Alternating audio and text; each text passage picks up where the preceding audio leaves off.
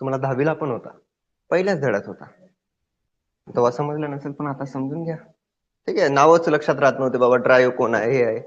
Ramapithecus म्हणले की बाबा ह्युमन लाईक आहे, ड्रायोपिथिकस म्हणले की एप लाईक आहे, ऍस्ट्रॉलोपिथिकस म्हणजे जे ईस्ट आफ्रिकेमध्ये राहतात, नॉर्थ ईस्ट 100% देतो की it is the more like human being.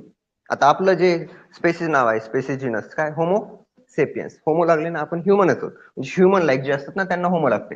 म्हणजे सुरुवातीचा जर तुम्ही बघला, ड्रायो होता, रॅमा होता, ऍस्ट्रालो होता, मग आता होमो हॅबिलस आला, आता होमो इरेक्टस आला. आता इरेक्ट म्हणजे त्यांचं पोस्चर कसं झालं, एकदम इरेक्ट झालं.